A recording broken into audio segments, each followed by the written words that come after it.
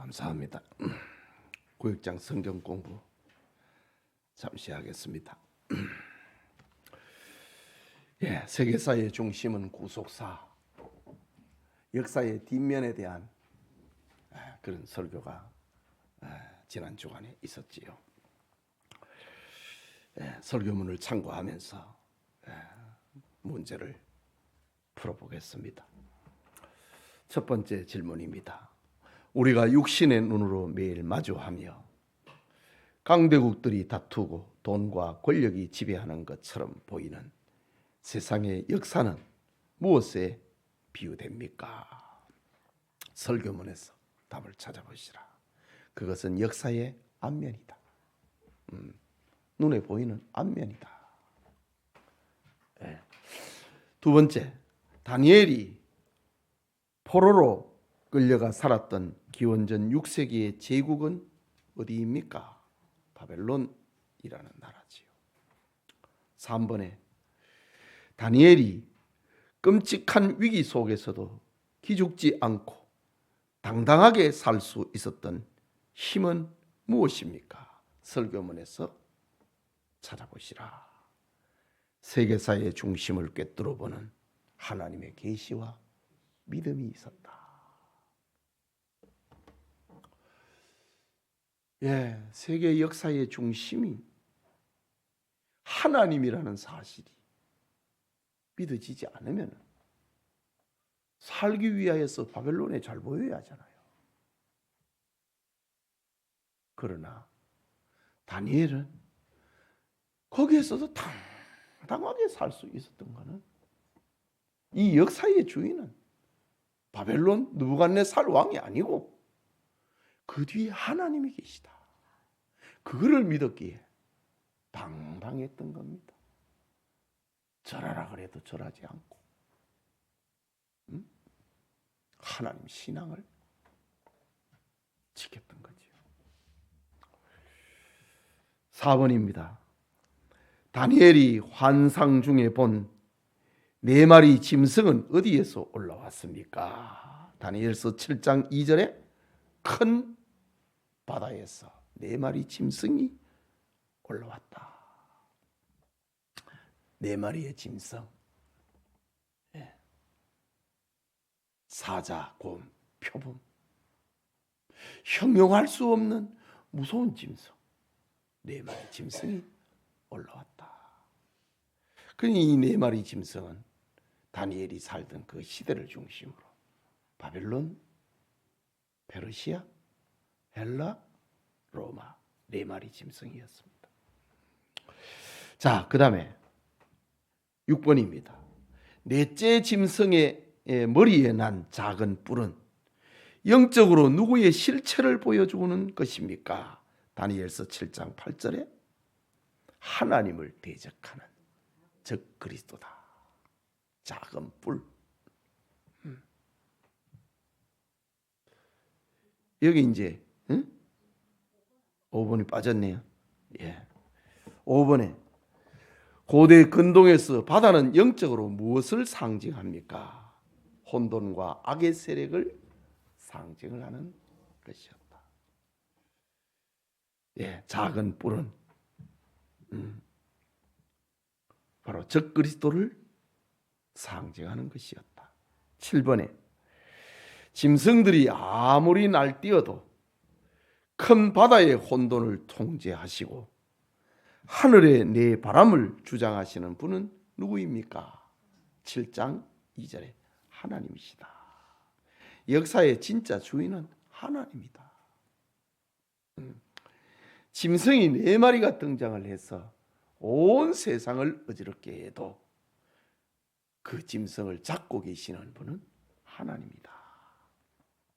8번 다니엘은 잔혹한 제국의 한복판에서 짐승이 날뛰는 바다의 시선이 머물지 않고 어디를 바라보았습니까?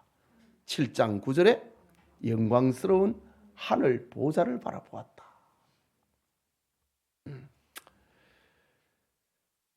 그래서 기죽지 않았다 이거지요.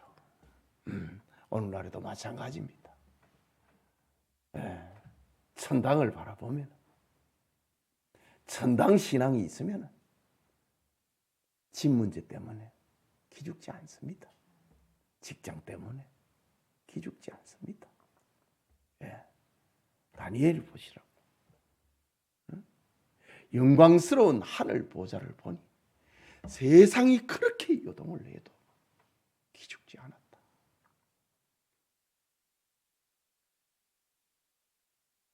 예.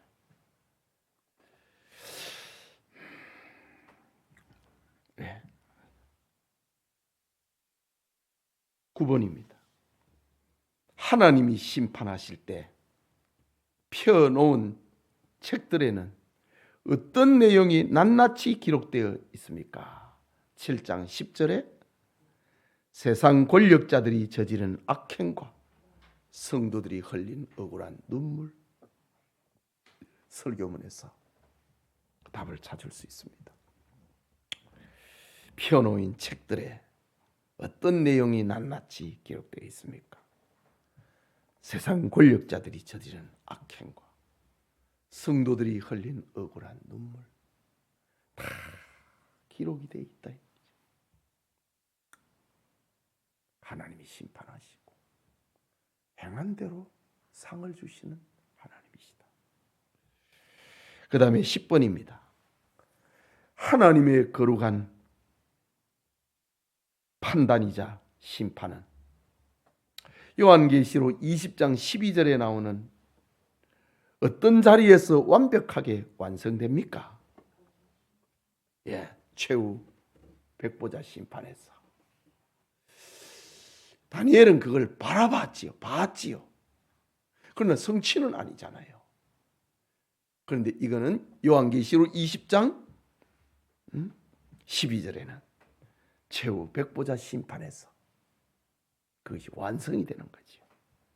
그래서 이제 계시록을 우리가 볼 때에 구약과 신약을 이렇게 병행을 해서 보아야 정확한 해석을 하게 되는 거지요. 11번입니다. 하나님의 심판은 악인을 벌하는 자리일 뿐만 아니라 무엇이 옳았음을 온 우주 앞에 선언하는 거룩한 판단입니까?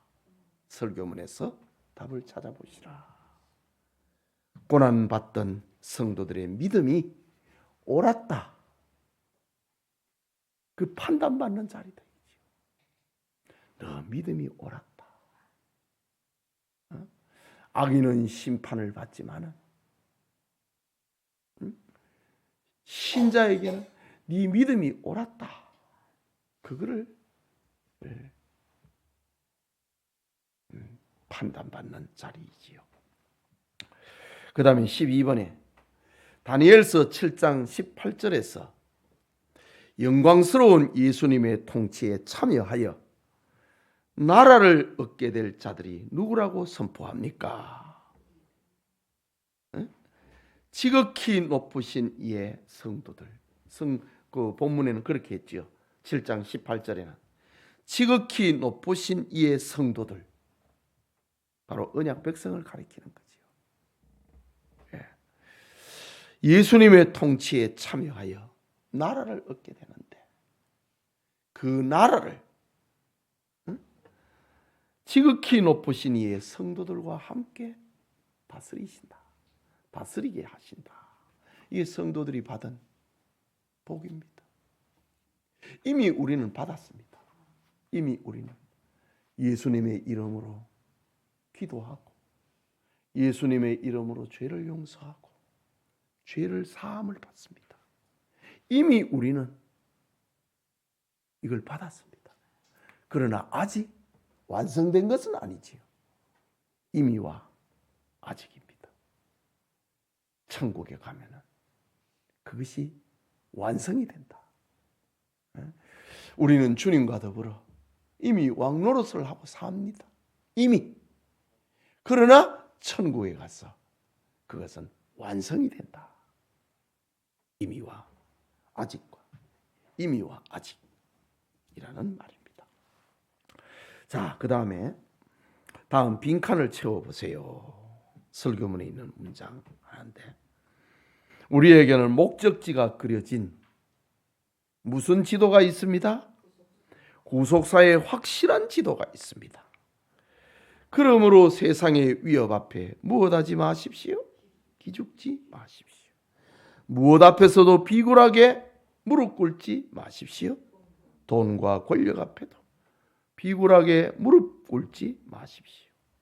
다니엘처럼 하나님이 주신 무엇을 가슴에 품으십시오? 거룩한 비전을 가슴에 품으시라. 우리가 하나님이 주신 비전, 저 천국을 마음에 담고 있으면 비굴해지지 않는다. 담대해진다. 그렇게 살 수 있다. 라고 성경은 우리에게 들려주고 있습니다. 기도합시다. 하나님, 예배 후에 우리 구역장님들과 더불어 구역원들과 함께 나눌 공부를 잠시 했습니다.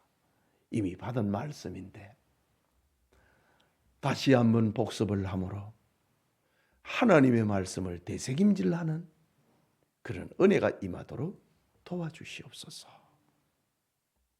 우리 구역장님들 공과 내용을 잘 이해를 하고 구역 모임이 유익하고 기다려주고 기도가 있고 사랑이 있고 교제가 있는 아름다운 교회의 작은 모임들이 되게 하여 주시옵소서. 예수님 이름으로 기도합니다. 아멘.